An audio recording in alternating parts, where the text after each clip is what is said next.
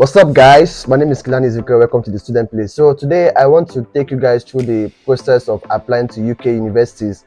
If you're a student from Nigeria or from any part of the world and you have the desire to study in the UK and you're wondering, what do I need? What are the requirements to study in the UK universities? Are there some universities in UK that I can apply for scholarships, or like, what do I need? What do I need to know? What are the basic things I need to know or be informed about if I want to study in the UK? So in this video today, I will take you through every step, everything you need to know, and everything you must know about studying in the UK, the schools requirements and the schools that have scholarships to offer, and the tuition, and every single thing you need to know about studying in the UK. So please pay attention to every details I'm going to be showing you in this video, because they are very, very important. And at the end of this video, if you feel that you've gained one or two or more information from this video, please click on the like button, and if you're a new subscriber, click on the subscribe button and share this video to your friends who also have the interest of studying in the UK, so that they can be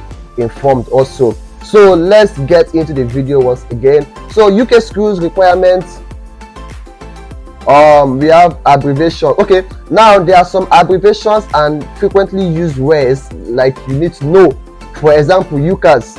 UCAS is the Universities and Colleges Admission Service in the UK. So UCAS is in charge of admission into universities and colleges in the UK. So it is through this platform that you have to apply to a lot of schools in the UK. So like your admission, your application has to go through the Universities and Colleges Admission Service, UCAS, if you are applying to universities in UK. Then we have IELTS, the International English Language Testing System. Now this IELTS is the language proficiency test that you have to write to apply to many schools in UK, because schools in UK require you to submit a language proficiency test, English language proficiency test. So you must write an exam and pass the exam. Like each school have their requirements, so you need to check it up from the school's website and see which one is required. Then tuition, sum of money charged for teaching by a college or university. We all know what tuition is, like the amount you have to pay for school fees.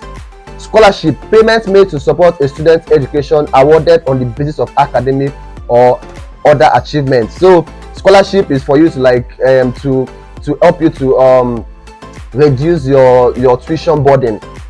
Like some schools offer full funded scholarships, some offer partial scholarship, and some offer tuition free scholarship. So scholarship is there to help you reduce the burden of your tuition. Then we have CAS, confirmation of acceptance for studies. When you've been accepted for studies in any UK university, like the CAS is for you to confirm whether you want to accept your study into that university or not. A grant, especially one awarded to someone to enable them to study at university or college. It's somewhat similar to scholarship. SOP, statement of purpose. Now, statement of purpose is very important when applying to a school in the UK. So you need to write a statement of purpose. We are going to see the difference between statement of purpose and personal statement, PS, personal statement. This statement of purpose highlights the academic strengths and background of an applicant, his or her research interests, long-term goals, and why he or she is fit for that particular program. Whereas the personal statement showcases your personal motivation for applying to that program, or any achievements or changes which you've faced and what you have to do with knowledge gained from the program. So let me just give you more highlight into that. So your personal statement has to do with something that has to do with you, the motivation. Okay, let's say I want to be a doctor. Why do you want to be a doctor? Why are you applying for medicine? What is medicine going to do for you? Like, what is the relationship between yourself as a person and medicine? What is your goal?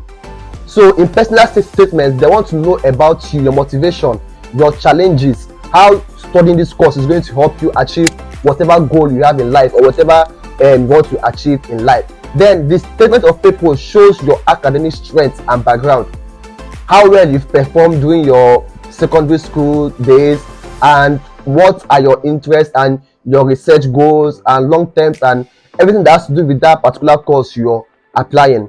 So in summary, statement of purpose is who an applicant is, while personal statement is what an applicant has or can do in relationship to the course that he or she is going for. Now let's look at the entry requirements for postgraduate. We are going to look at postgraduate and then undergraduate. So for postgraduate, a postgraduate study,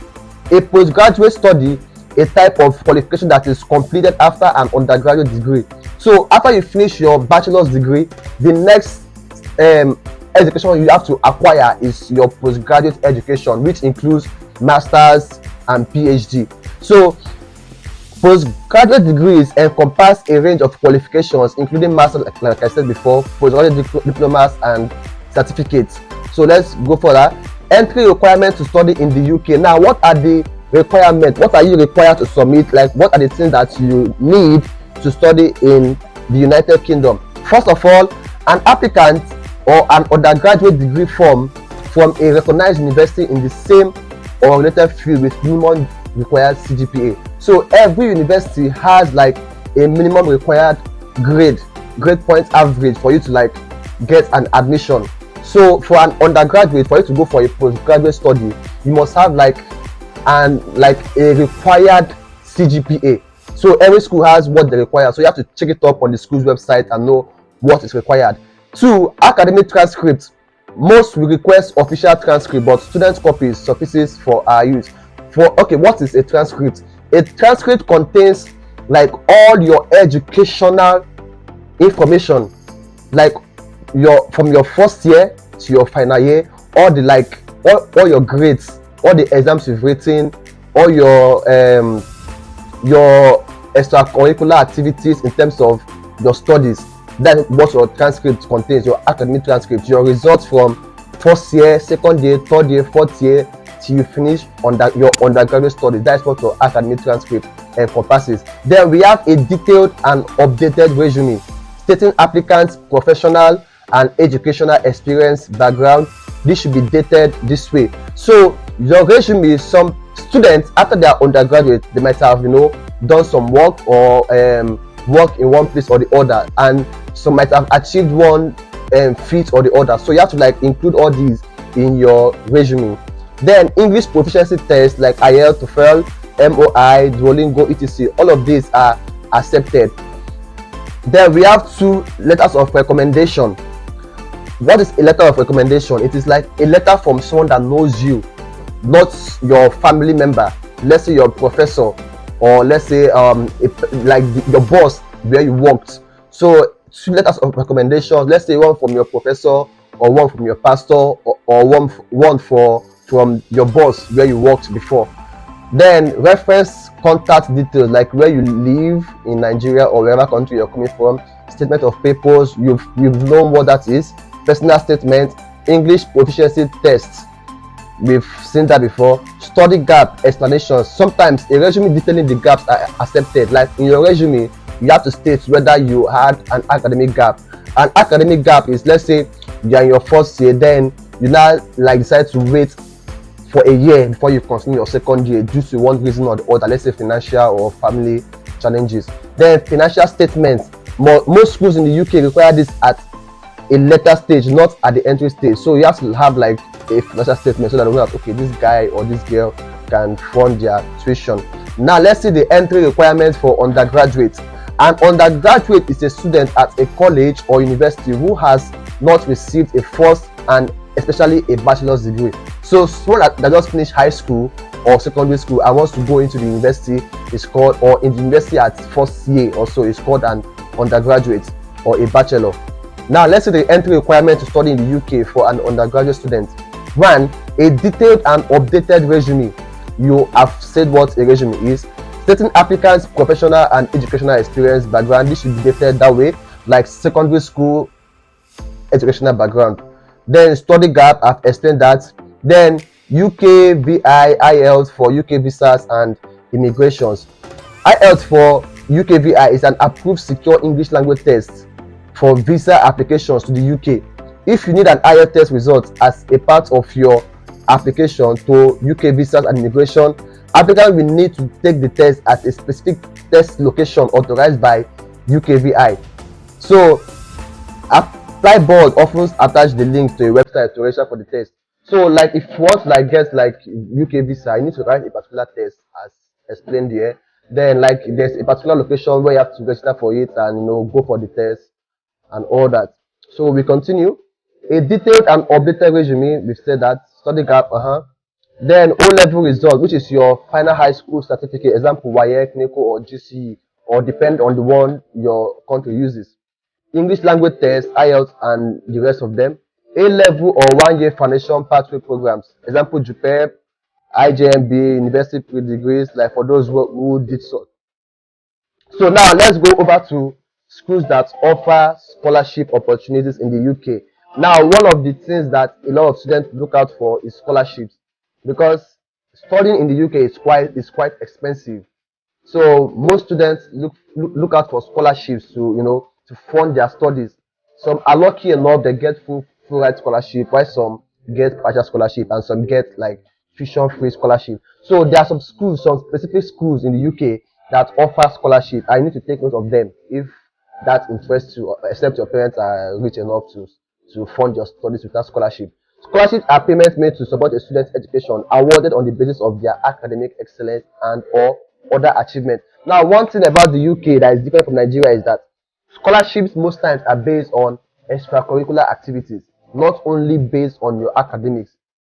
So academics is one part of eligibility to get a scholarship, while your extracurricular activity, because the UK, like they have a high interest on your extracurricular activities, such as sports, or let's say competitions or awards that you've won, or let's say your leadership qualities and all that. So these are very important information that most schools in the UK, US, or Canada take interest in. So you can get scholarship based on your academics or based on your extracurricular activities. Now, UK schools awarding scholarship. Number one, we have University of Law. University of Law. This university offers an international bursary of £5,000 with an average tuition fee of £12,000. So out of £12,000, you are given like £5,000 as what is it called? A partial scholarship. Therefore, awardees of this bursary will likely pay like £7,000 as payable tuition fee. It's quite lucrative. We have Teesside University. This university offers £1,500 in scholarships for the first year of study. So if you apply to this university, you get this amount as scholarship on your first year. We have Chester University. This university offers about £2,000 to £4,000 worth of scholarships, also with an average tuition fee of £12,000. So imagine removing 2,000 or 4,000 from 12,000. The remainder is what you have to pay as tuition. University of South Wales offers £2,500 as tuition waiver. Then we have Bournemouth University offers £3,000 scholarship on tuition. The University of Lincoln offers £5,000 waiver on tuition. Then we have Oxford University.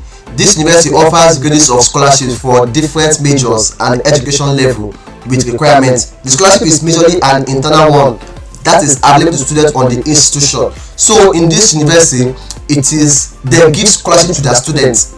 So you must be a student of this university first before you can apply for their scholarships. Then we have University of Hertfordshire. This university automatically offers internal scholarships which can be assessed during the admissions process on some majors. Applicants need not to apply. So this particular university, they automatically gives you like scholarship, either tuition waiver or whatever it is. Some external scholarships are also available to students of this university. Example, Gordon Memorial College Trust Fund, Chevening Scholarship, European American Government Scholarships, and many others. So apart from the scholarship the university has to offer, students can also apply to external scholarships. They all have application requirement that needs to be met, so you have to check it up on their website.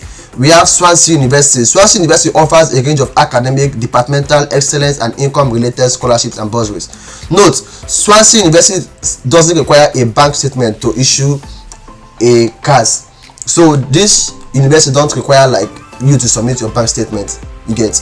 Then we have University of Dundee offers scholarship that helps you. Okay, we have University of Dundee This university offers range of scholarships that helps you with tuition fees. Like there are different scholarships you can apply for in the university.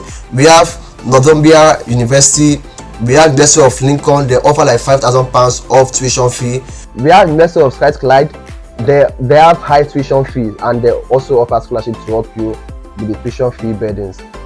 Now, schools that do not require IELTS.